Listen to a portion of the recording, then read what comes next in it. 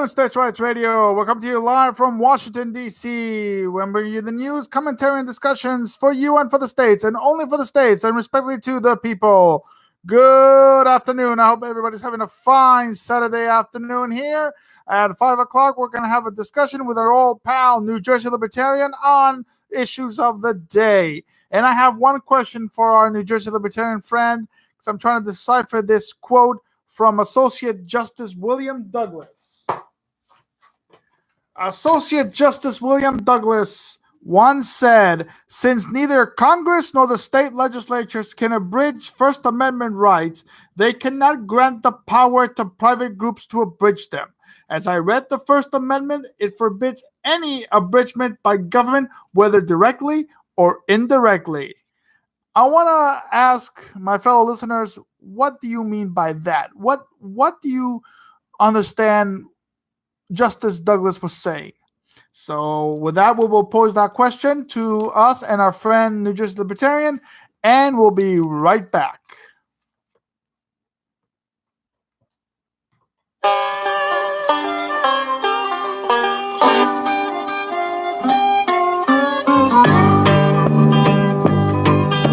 You heard about the legend of Jesse James and John Henry, just to mention some names. Well, there's a truck driving legend in the South today, a man called Bandit from Atlanta, GA. Ever give Jam knows his name. They swear he got ice water running in his veins. Foot like lead and nerves like steel. He's gonna go to glory riding 18 wheels. Oh boy. He left Atlanta back in 63, calling him a load up to Tennessee. He hit Mount Eagle in a driving rain, so hard he couldn't even see the passing lane. Well, he started down the grade when he lost the gear. He hit them brakes, found he had no air. The Mount Eagle grade is steep and long, and everybody that seen him thought the bandit was gone. Awesome. Well, his truck jackknife turned completely around. He was coming down the back about the speed of sound. A lot of folks seen him, and they all say he had his head out the window and cleared away.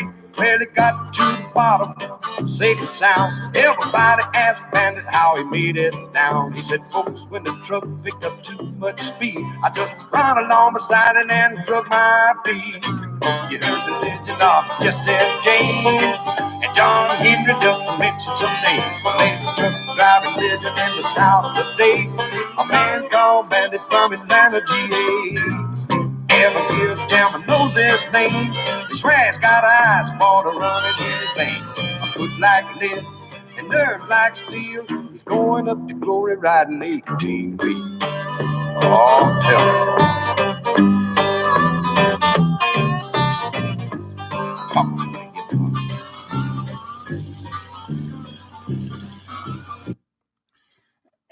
And we're back. That was The Legend by Jerry Reed and Bill Justice.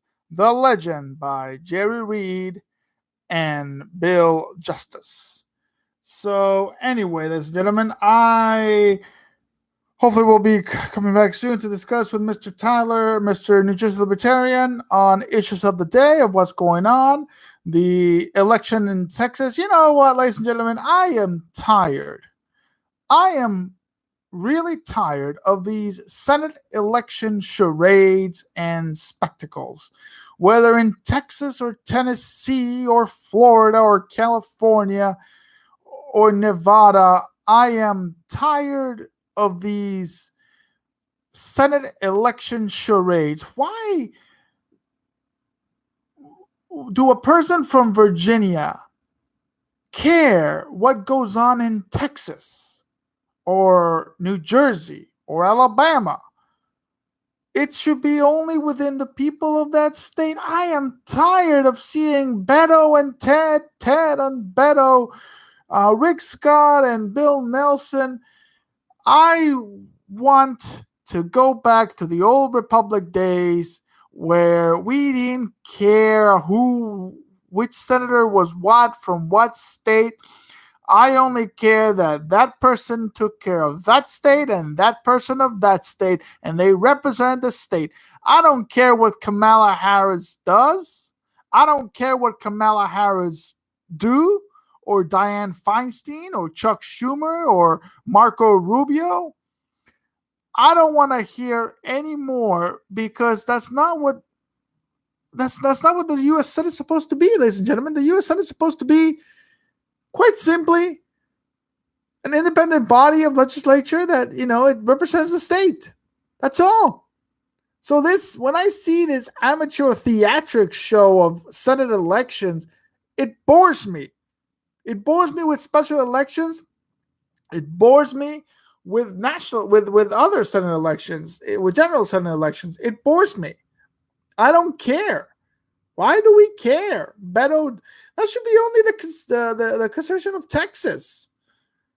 The only election I would say, Senate election, I would say that received national attention was the Stephen Douglas Abe Lincoln debate. And I'll bring this forward, our good friend, Mr. NJLibertarian, to see what he thinks. But that's the only one I cared, folks. That's the only one that received national attention, because it was a national issue that was slavery, a human rights violation. So that's the only one that, received national attention, but nobody cares. I don't care about what goes on in Texas or Alabama or Florida or Maryland or New Jersey. That's each individual state. Why should we care? But anyway, all right, 6 minutes towards the hour. Let's play a little more music before we bring on our good friend from New Jersey, Mr. New Jersey Libertarian.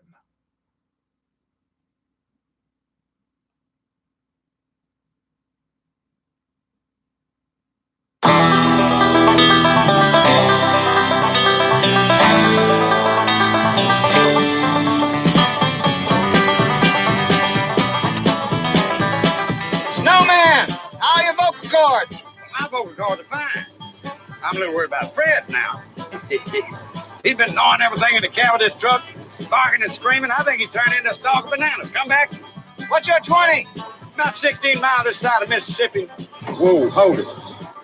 I just passed another Kojak with a Kodak. This place is crawling with fast. Where the hell are you? Come back.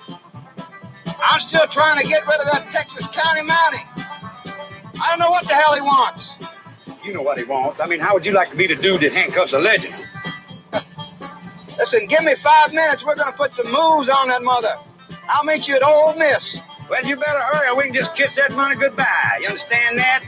I'll read you loud and clear. 10-4. You got the one snowman. I'm eastbound and down. Eastbound and down, loaded up and trucking. Are we going to do what they say can't be done? We've got a long way to go and a short time to get there.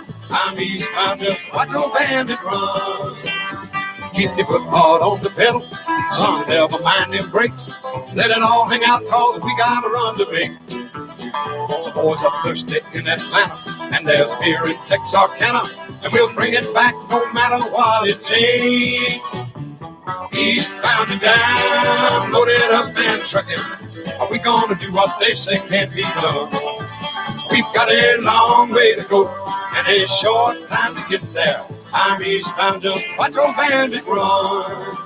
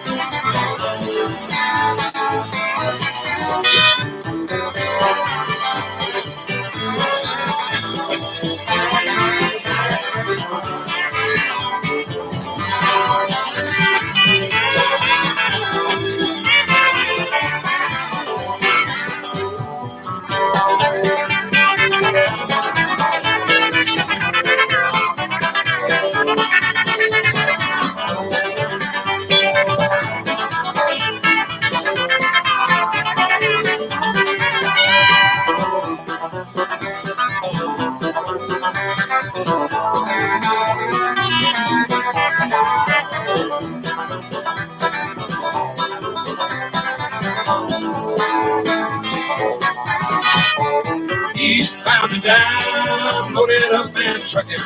Are we gonna do what they say can't be done? We've got a long way to go and a short time to get there. I'm eastbound, just watch old bandit run.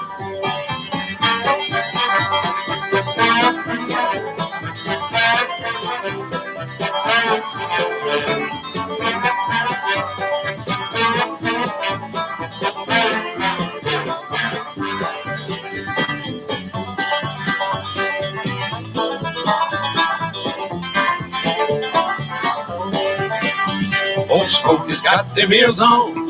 He's hot on your trail.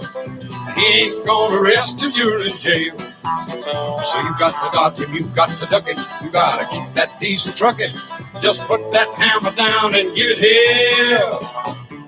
Eastbound and down, loaded up and trucking. Are we gonna do what they say can't be done? We've got a long way to go and a short time to get there. I'm eastbound, just watch old bandit run.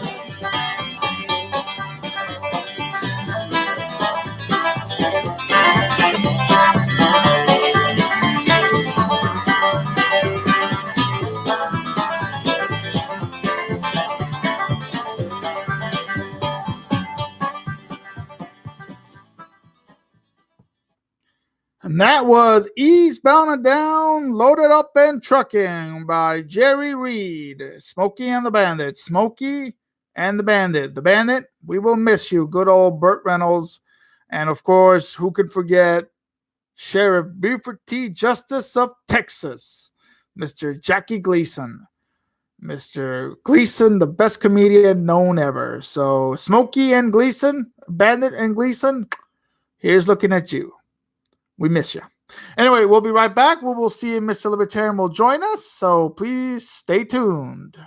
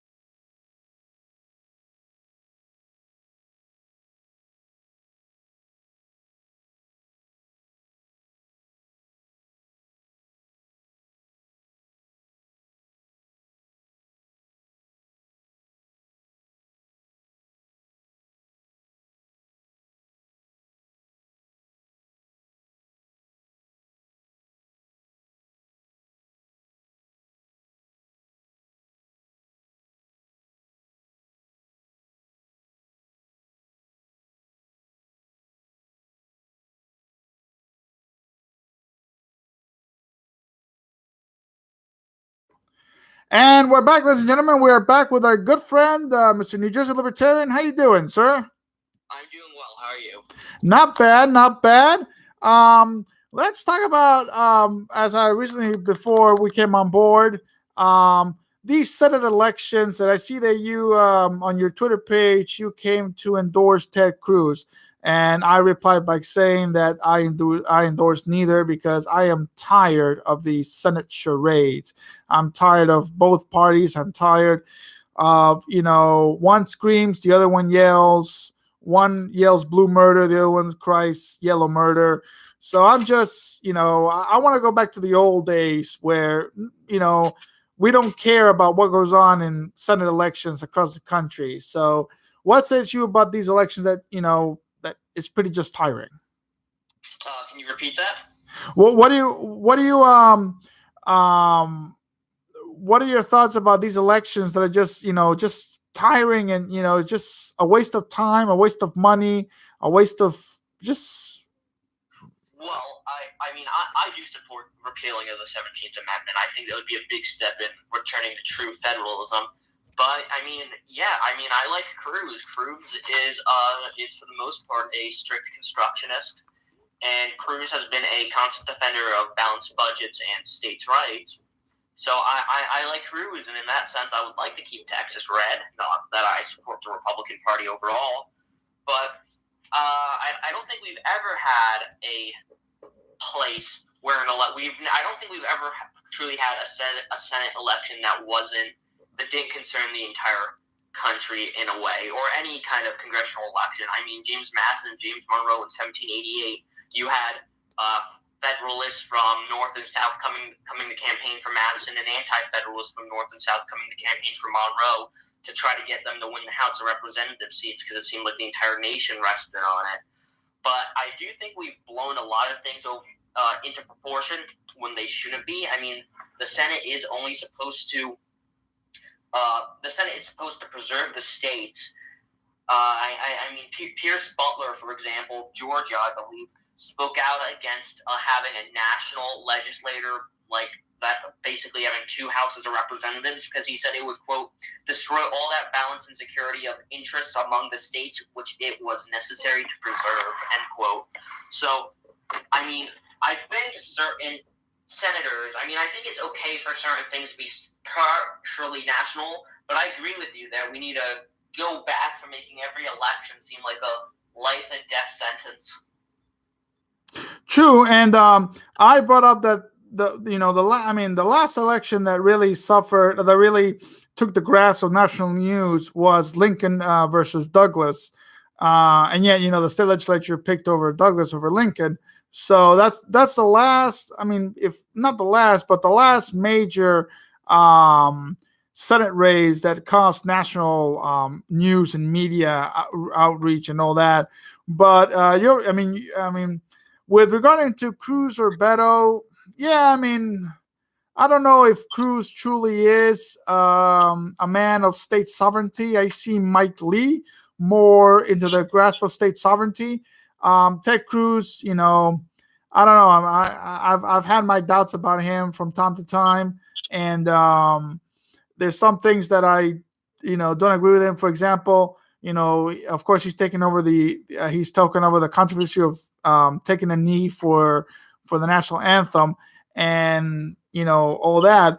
I happen to disagree, and if you're at the stadium and you see somebody not standing up for the anthem, will you tell him to stand up? No, it's not our right. If that person wants to sit down,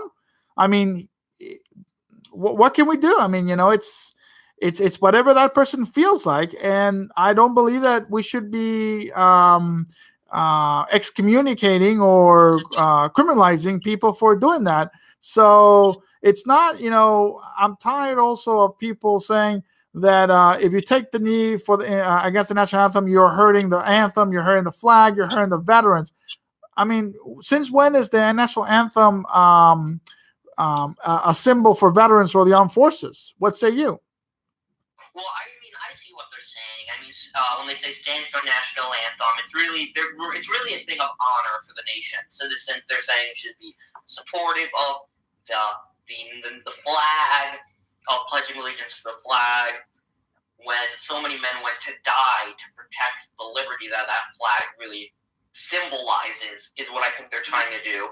And I don't see a big problem with Cruz getting involved. He's just calling, saying, hey, if people want this to stop, how about we stop watching the NFL, do voluntary things. He's not calling for government to step in and enforce the flag and enforce standing for the national anthem. So I really see no big problem with it. I could care less if someone kneels for the flag. I personally won't. Well, actually, Caudillo Trump has stated that he would somehow either present a legislation in Congress or an executive order to have people stand for the flag. And speaking about the Pledge of Allegiance, you do realize that the Pledge of Allegiance was written by a socialist, right? Oh yeah, I know it was written by socialists, Okay. which I think is ironic. I mean, it is. I mean, you're pledging allegiance to the flag and not the country. So I just find it kind of weird that these so-called conservatives are being very patriotic, and yet it's a sense of National Socialism what the Pledge of Allegiance is. So I don't know if you have I see your point. I mean, I haven't done a lot of research into the Pledge of Allegiance, but I mean, I personally will always do it. I believe it's a good thing, but I don't think it should. I think it's a good thing for people to just to reavow their commitment to the Union. But I don't think, like I said, even with that, I don't think it should be enforced either. And Trump, even if I don't know where you're getting that from. I haven't heard him saying that with the executive order. I mean, I wouldn't doubt he did, but even with that, it would be unenforceable. It would hold no effect. So. Well, I mean, every executive order since I mean, I could go back long. Every executive order that every president has passed should be null and void, because, as we all know, these type of executive orders are unconstitutional. So, I just think that it's silly to bring up a topic. I mean, why should Texans care about that, or any other state about that? But I mean, there's other issues that we need to worry about, and not. Well, I mean, the people of Texas, if they've elected him this far, they clearly like what he's doing. So he's clearly representing them by saying that as a whole. If he's been elected elected to the Senate like this. And there's a mistake. The people, but senators are not supposed to represent the people. I know, but I said the people of the state. The people of the state, but yet, well, see, yeah, I have my doubts about Ted Cruz, so I don't know what more to say. But I mean, the same thing with Marsha Blackburn in Tennessee, which that's going to be a very interesting race against former Governor Bredesen. So that's another interesting race that we're going to see. And we have the Florida race as well coming up. Rick Scott versus Bill Nelson. Yeah, that's another tough one. I mean, Florida's a tough state, and what are your thoughts about Gillum versus DeSantis? I'm not read on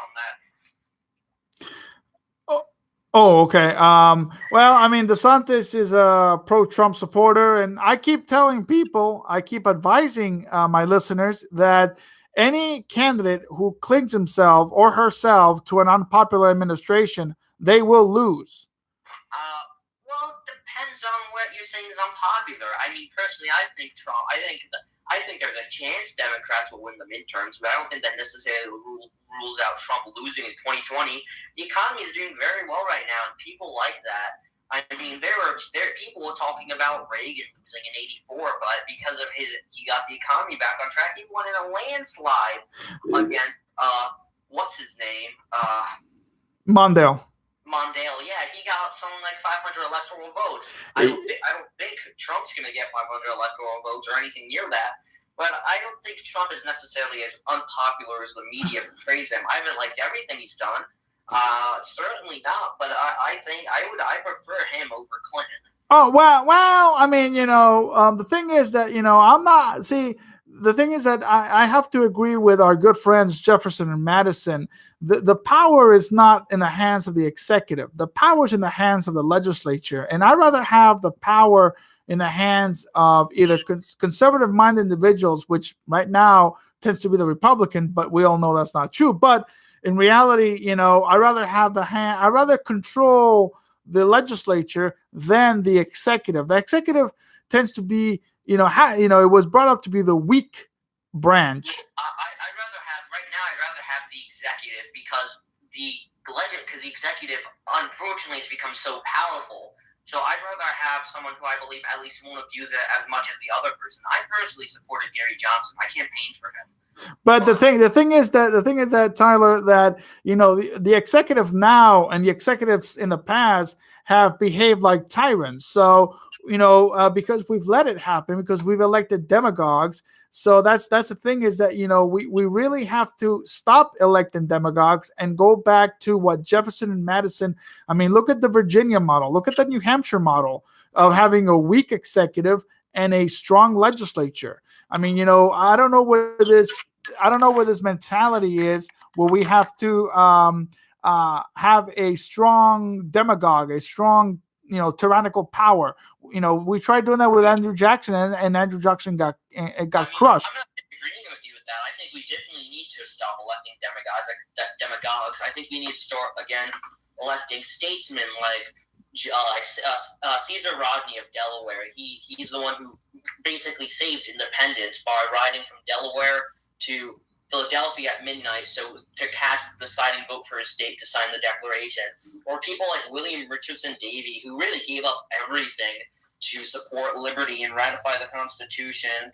And then we have people like Thomas Sumter of South Carolina. So I agree we need to stop electing demagogues, and we need statesmen like these. Like, I even believe, and I don't like the man, but I believe even John C. Calhoun was a statesman. He was a disinterested statesman, and he clearly cared about the people of South Carolina. I don't like what he stood for, but he was a statesman. So, I mean, I'd rather have someone like Calhoun today than these people. Yeah, well, I mean, that could be another topic of discussion about John C. Calhoun, because he was an interesting individual, which Madison disliked every aspect of him. With regarding, you cannot deny that he was not a statesman. He didn't do anything for personal gain. I don't like what he stood for, but by definition, he was a statesman. Well, I wouldn't go as far as that. I think in reality he wanted to gain control more of states being in control of slavery, and that was his personal gain. Because I'm against, but I believe even at the end of the day, he was disinterested. He thought what he was doing was for the best of the people of South Carolina. So I don't like him. He's not one of my favorites. I despise Calhoun, but I respect him and his model for for senators. I mean, Daniel Webster called him one of his. Daniel Webster was a personal friend, and Daniel Webster was an abolitionist. But even he recognized Calhoun as a statesman. Even Clay, to an extent, did. I think it was John Kennedy who even named him as one of the greatest senators. I wouldn't say he was one of the greatest senators, not by a long shot. I despise him. I believe he was misconstruing states' rights, but I still believe he was disinterested, at least. He wasn't in it for gaining money or power. Well, yeah, I mean, I do believe that he probably entered. Well, he was a wealthy landowner, so he entered okay to the state house and the U.S. House and the U.S. Senate, and then left probably poor back to his plantation in South Carolina. But anybody who believes that it's okay to own another human being, I discredit him for anything. I mean, I truly don't see, and I really cannot admire a person. I admire more James Madison, Thomas Jefferson, because even though they did own slaves, but they tried to do something to stop it, and they tried to do something for their own benefit to stop it. Again, I'm not arguing against you. I wrote Sure. a 155-page analysis of Jefferson and his abolitionist activities. I'm not saying I support Calhoun. I do not agree at all with Calhoun. I think he bastardized nullification. He bastardized the 10th Amendment. But at the end of the day, I mean, Calhoun, what I'm saying is even though I don't like Calhoun, at least he was disinterested. We need more disinterested people to come into government. Aaron Burr wasn't elected to the Senate because he wanted to be. The people of New York asked him to. Elected him even though he kept fighting against being elected because he wasn't for it. We need statesmen. It's basically what I'm saying. People who are disinterested. Yeah, no, I see your point. And that's what we need more. We need less demagogues in the executive and more, I would say, demagogues in the legislature, because that's where the power is. And bottom line, that's where the money is. And right now, when a president signs executive orders for farm bailouts and executive orders for tariffs, and Obama as well, and Clinton, and so on and so on, I see that we are becoming a nation like Germany or Russia or China. I remember Bill Maher. Bill Maher made a quote on his show that he showed pride for the previous premier of China. I forgot what was that he was proud of him. That he said that I wish Obama could do it. And I said to myself and to my friends, is he insane? We don't want that. We don't want a premier. We don't want that. Even Charles Pinckney of South Carolina. There we're going back to South Carolina again. But even Charles Pinckney, who was a delegate to the Constitutional Convention, who wanted a strong executive, was fearful that he said, quote, that the existing executive powers of the existing Congress might extend to war and peace, which may render the executive a monarchy. Even Pinckney, who was a diehard Federalist and was in favor of a vigorous and energetic executive, said, listen, we need checks on him, because if not, he's going to be able to just write any law by decree and make war or peace with anyone by decree, and he'll turn into a monarchy. James Wilson said the British monarch should not be seen as a proper guide for designing executive powers. So I completely agree with you on there. Oh, no, I know you do. I mean, maybe not on the whole John C. Calhoun. I'm not, like I said, I don't like Calhoun. Sure. I mean, I think he was at least disinterested. Sure, no, I understand. I understand what you're trying to say, and I think we're almost on the same page. But coming 2020, I don't think. I mean, I didn't vote for Mr. Trump, and I didn't vote for Hillary because I thought, the whole lesser of two evils excuse is tiring now. It's pathetic. Yeah, you're just giving it to. You're just justifying tyranny. Exactly. So, but I'm really more. I mean, right now, like we were talking in Florida, Ron DeSantis is running against Andrew Gillum of Tallahassee, and mayor of Tallahassee. And I do speculate that Gillum will win the governor's seat of Florida. It would be a Democrat governor since '98. So, I mean 99. I'm sorry, I think 99. Jeb Bush became governor in '99, and so I think he will win. But I rather have a lame duck governor than a tyrant governor, or a lame duck president than a tyrant president, because right now Florida is being controlled by Republicans and conservatives, so he's not going to pass his so-called socialist agenda that he has claimed that he wants. So I'm pretty secure that I think Florida will be safe and have a lame duck governor. I don't like DeSantis because he has put his foot in his mouth a couple of times with his stupid comments of stop monkeying around and a few other ones here and there. So I don't find him to be credible in that sense. Yeah, I agree with you. So what other issues can we talk about? Let's see, we've touched on statesmanship, the executive, and national elections. Well, what else has been really endangering our republic, our union?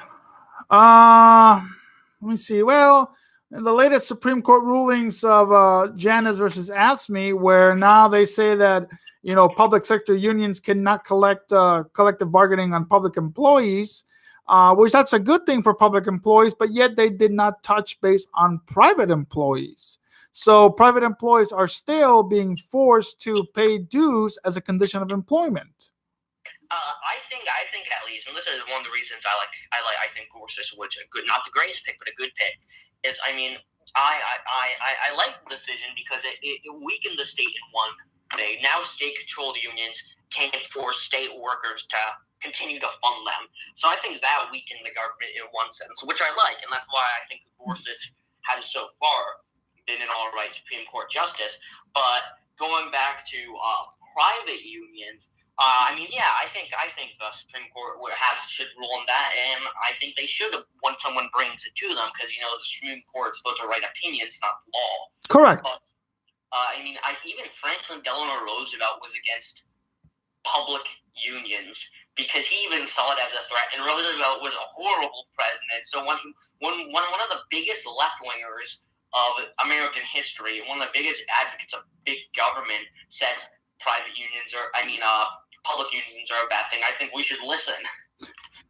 Well, that's true. I mean, but that's in the sense of FDR being his usual socialist hypocrite, that he doesn't like one thing when it attacks his side, but it's okay to attack the other side.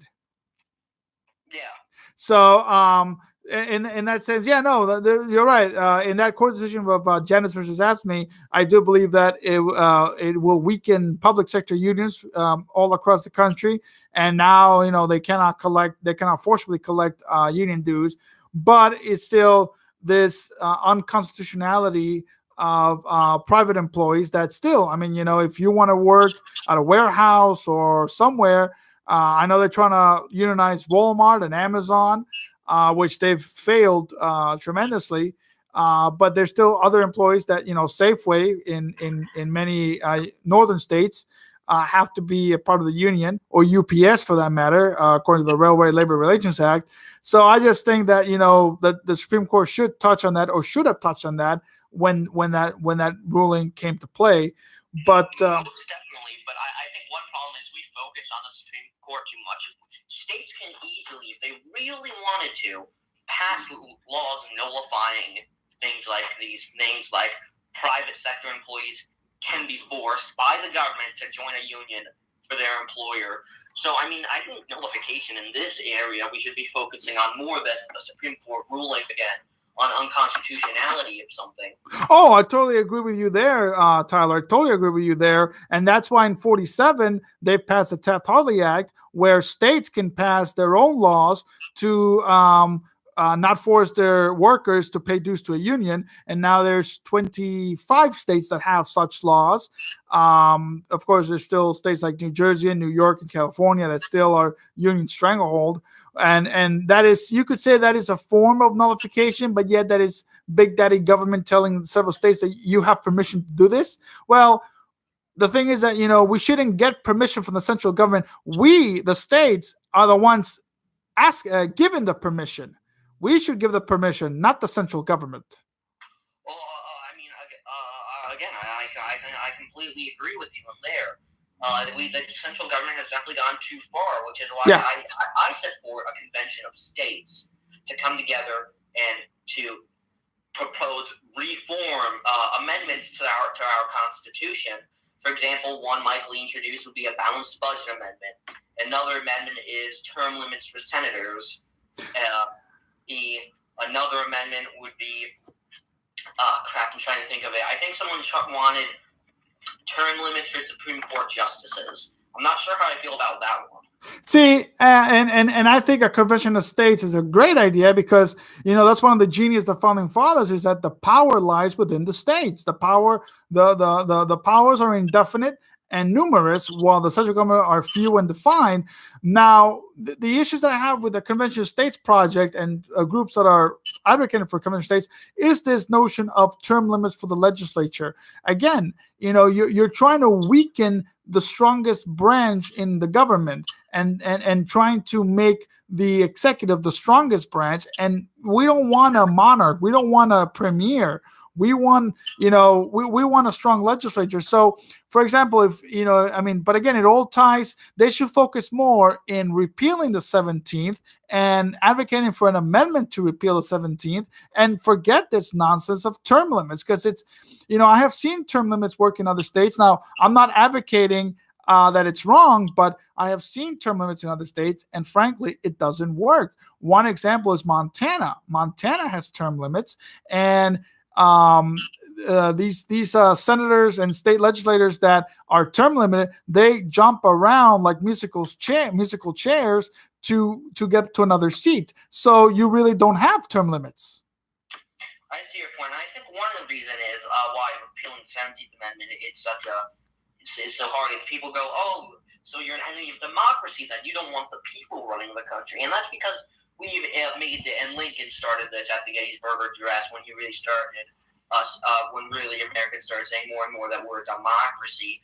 Is, the people need a rule. When they don't, I don't trust the people. The people are mobocracy. All of our founders were against direct elections of senators and were against the people ruling in all cases because they were afraid of democracy. John Adams said, "Remember, democracy never lasts long. It soon wastes, exhausts, and murders itself. There never was a democracy that did not commit suicide." Fisher Ames of Massachusetts, a Federalist, said, "A democracy is a volcano which conceals the fiery materials of its own destruction.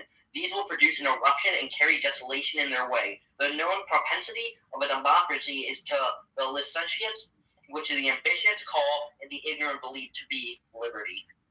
Oh, you're right there. And, when they were passing the whole 17th Amendment, Republicans were the ones in favor of it. Democrats were not. And one book I recommend to people out there gives a strong position for both sides for direct election and indirect election is The Election of Senators by George Haynes. And there, George Haynes pinpoints former governor and then Senator Jeff Davis of Arkansas, and he pinpoints that even though senators are elected by the state legislature, they are still being elected by the people because it's an indirect but yet direct link to that U.S. senator. So my point is that Democrats were against. So it's funny how Democrats now turn the other way, and now they're in support for the 17th Amendment. Yeah, I mean, and that's one of the reasons no one votes in local elections anymore because everything has to do with the national. But if we repeal the 17th Amendment, if people wanted their certain candidate or position to be in the Senate, they would have to care about the state legislators. Absolutely. I mean, how many people have you asked? I've asked this numerous times. Who's your state representative? Who's your state senator? How many people? Well, they don't even know who their president is. So, I mean, good luck there. But I've asked numerous people, who's your state rep? Who's your state senator? They don't even know who their state legislators are. So it all starts with educating within the state and then worry about the national government. Then worry of what the national government can do for that state, which yet again, the central government is not supposed to be a babysitter for the states. It's supposed to just administer the states, not regulate the states. Yeah, so we've definitely let it get too far. And again, it's the works of but I mean, what we're living in right now is we have monuments to Jefferson, we have monuments to to Madison, but we're living in Hamilton's republic. That's true. We are living a Hamiltonian republic, and that is one republic that I really despise because Alexander Hamilton, I would say it was the Marcus Agrippa of Octavian Caesar. It was, the best friend of a tyrant trying to maintain tyrannical powers and trying to increase the size of the central government. It's something I always tell people that, we are like, America was born like the Roman Republic. We need more Catos in the Senate. We don't need Marcus Agrippas. We need. I agree. We need more going back again to statesmen. Exactly. Well, yeah, that's true. That's true. I wouldn't really. I mean, again, I'm not gonna put Cato and Calhoun in the same spectrum because, as you well know. No. I know. I'm just jesting here, but I'm just saying that people like Jeff Flake. People like Mike Lee, we need that type of Catonian in the national legislature and in state legislatures as well. So what we need to do, Tyler, is to educate people in their own state, trying to find out who our state legislators are and bring these issues of convention of states. Tell them, try to convince them that the power lies with the states. When we give too much power to an oversized bureaucracy, which is the central government, we lose all our rights and powers. Yep. So that is 100% true. I mean, I think one of the greatest statesmen of our era or our last couple of decades was Ron Paul. I believe he was a true statesman. True.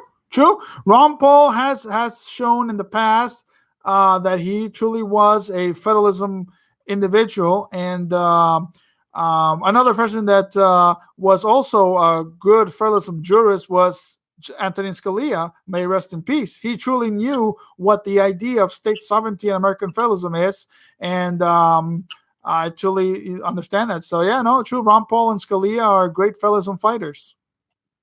I think now this is going to be a bit radical, so hear me out, all right? Sure, no. We welcome all opinions, even though we may not agree. I think if we really want to return to the true federalism, we need to bring back into the mainstream what I believe is the right of secession from the Union. That was a check on central authority for so long because government knew if they messed up and got too big, states would secede to protect their rights. And that's why all the way up to the 1860s, we remained, even with the likes of Jackson or Polk, who was a bit of who was pretty war hawkish, we made the states always had that backbone saying, listen, if you go too far, we will secede. And that's why we were so decentralized until the 1860s.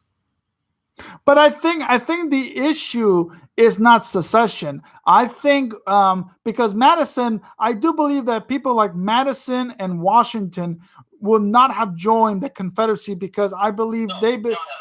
No, because they believed in a strong in a strong union, but yet a strong autonomous state government.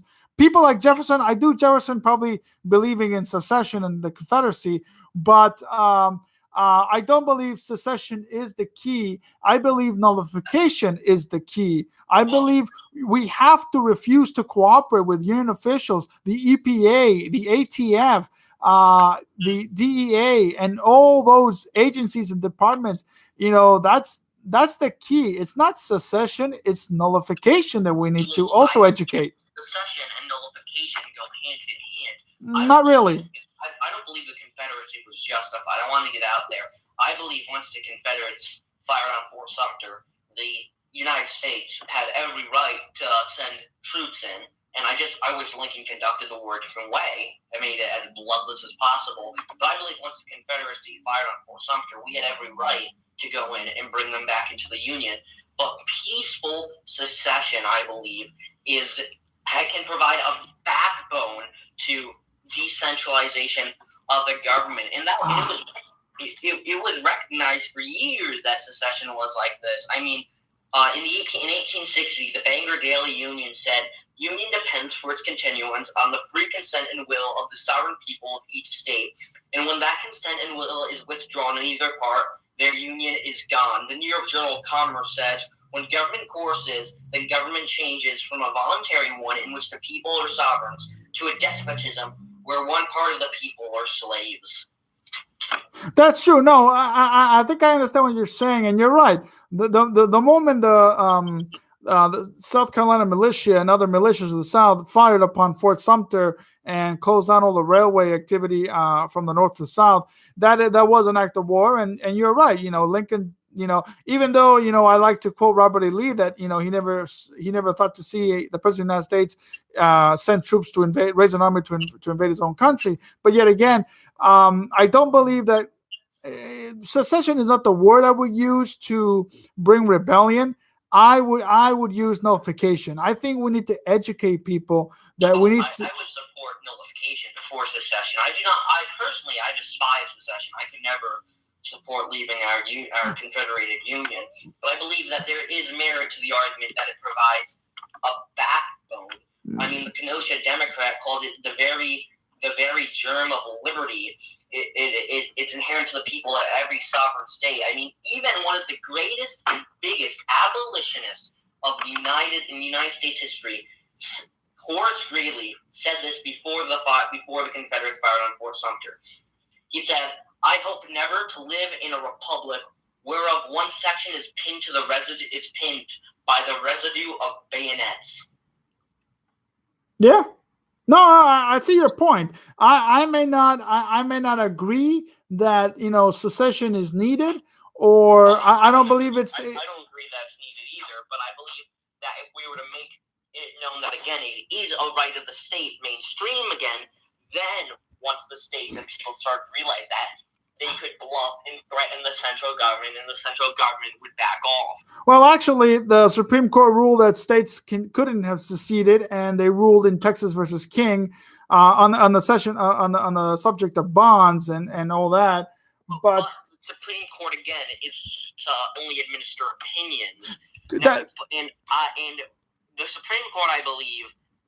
Again, I believe in that case it overstepped its power. The 10th Amendment says all powers not delegated to the federal government nor prohibited to the states belong to the states and the people alone. And I don't see anywhere in the Constitution where it says the right of secession is prohibited to the states. You're right. And when they were passing Reconstruction Acts and amendments, they introduced an amendment to outlaw secession, and they failed. Yep. So no, you're right there. I just don't want people to really start bringing up the idea, because that's not the idea I want to bring to people out there to get out there to vote and get them motivated. I mean, there's already a Collexit campaign to get to have California secede. To have what? States. I'm sorry. Say again. Have you heard there is a chance called Collexit? It's a giant movement in California now that would have California secede. Well, to be honest with you, I think it's, to be honest with you, California's in such shambles that I don't think I would miss California. So if I would fully support California. Please, I mean, they control a good part of the country. There's so many people in that state that a good part of the election. Sometimes, I mean, this is why I'm glad we don't have a direct democracy, because if we were a direct democracy, California and New York would basically own the election. Oh, absolutely. So, again, if California wants to secede, or California wants to go back to Mexico, or Mexico wants to reclaim it, I said, take it. You want California? I mean, it's in such shambles. The economy's in shambles now. I mean, their wine sales, I think, have plummeted. Not drastically, but they're not doing so good. Strawberries are no longer being bought from California. I think Oregon and Washington State are growing strawberries, and all across the other countries. Oranges. California used to be the number one reigning orange producer in the country. Now it's Florida. So, I mean, if California wants to leave, that's fine. And if Mexico wants to reclaim it, hey, knock yourself out. Go join the other third world. Go join your third world nation if that's what you want. But I don't believe that, constitutionally, I don't believe that they have a right to. As you're right, the Supreme Court gives opinions, not rulings, but yet we have to abide by those opinions, because they are telling us what the law is supposed to represent. So even though that we may not agree that, for example, Roe versus Wade, they're saying that no state can prohibit abortion. Okay, fine. But then don't limit abortions, or don't let other states limit abortion, because that doesn't say anything in Roe versus Wade. So I believe states should, if they really feel like it. I think states should completely ignore the Supreme Court if they've really gone past their powers. And actually they can. With nullification. Yes, they can. That's what I'm saying. Yeah. I believe the states can say, listen, Supreme Court, you said secession's not a right. Well, we're not going to listen. Okay? We know our rights. I believe it was Sam Houston who, while governor of Tennessee, it was his first inaugural address, said we must guard and cherish our federal union and the right to bear, but we must guard with arms our rights of states. Yeah, you're right. I mean, I'm a Madisonian, so I really don't see a lot of power to secede. Even though I want to see California secede, I'm a Madisonian, and I wouldn't want that. I want California to truly follow the ideas of nullification. And I keep repeating that word because it's very important that states know that that's their power to reject union officials, to reject unconstitutional acts of Congress. And, I don't want them to secede. And that's the thing, is that, California is so blatant ignorant that they don't even know what federalism is. And so I want to educate my California brothers and listeners to really understand it's not secession that will make you better. It's nullification that will make you better. I completely agree. I don't personally endorse it, but I recognize it as a right. You're right, but let's not recognize it too much, because I don't believe Madison, which I know you're a Madisonian, would agree to that. I am a big fan of James Madison. I know he wouldn't agree to that, but I know all of their founders were staunch Unionists, but all of them also recognized, with the exception of Jefferson. What? Jefferson, I mean, even though he truly, I think he was more into states' autonomy and. Well, there's an interesting discussion. I believe Jefferson was a Unionist. I think he said, I remember, I think it was in like 1818, he said, or somewhere around there, he said that he could imagine no greater calamity than the Union breaking into two or more parts, and he said cherish the Union, and he said to cherish the Union as the protector of our liberties. So I mean, I believe Jefferson was at heart a staunch Unionist, but again, he also recognized that the states had certain rights. I mean, even Federalists did to an extent. I mean, if you look at Timothy Pickering, mm-hmm. he said the principles of our revolution can point to us to a solution, a separation. And I don't like Pickering. I mean, I admire a lot of what he did, but I don't like everything he did. But like every founding father recognizes one way in another, besides maybe Hamilton, that secession, no matter how disastrous it would be, and I would rather die than see it happen, is a right. Yeah, I mean, I see your point. I see your point that it's a right, but let's not bring that into. Let's not, put that into the minds of citizens that do not really understand the grasp of federalism, and they think by just leaving the Union, they're going to be better off, because the South was not better off after they seceded from the Union. I mean, they suffered. Not at all. Yeah, no, they suffered rations and food shortages and blockades and all that. I think personally, I don't know how you think about this, but I think that we would eventually, even though I believe we had every right to go in because they did commit an act of war. I believe that even if they peacefully seceded, I believe within 10, 20 years, the South would have been back into the Union. Oh, I do believe so too. I don't think the South would have survived. I mean, because without anybody to recognize the Confederacy, because nobody really was recognizing it. I think the Vatican was the only one that was recognizing it, or the Empire of Brazil was recognizing. Mexico was not. England did not recognize it. France did not recognize. Oh no, France was a little bit. Recognized it as a warring power, but not as a sovereign nation. Correct. Russia did not recognize it. The Tsarist Russia did not recognize it. So I think that the Confederacy would have cracked and would have come back to the Union, because I think their dollar would have been through the floor. So, but all the gold reserves were in the West, and that belonged to the Union.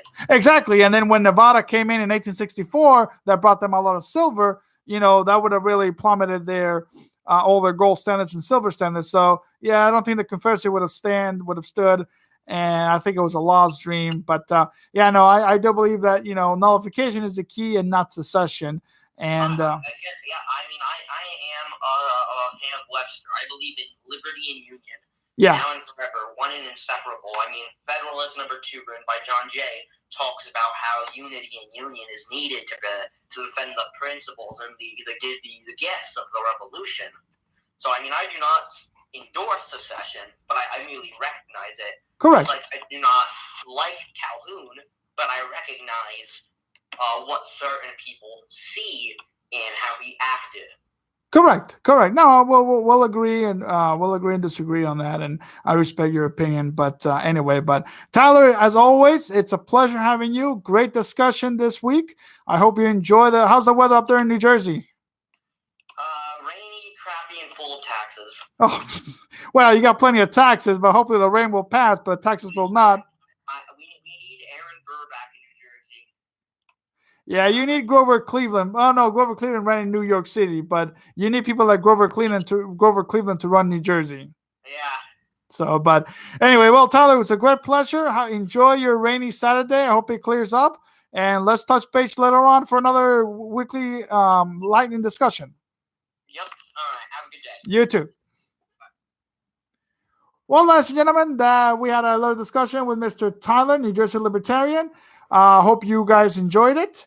And thank you very much for tuning in. For state sovereignty, always, thank you, and good evening.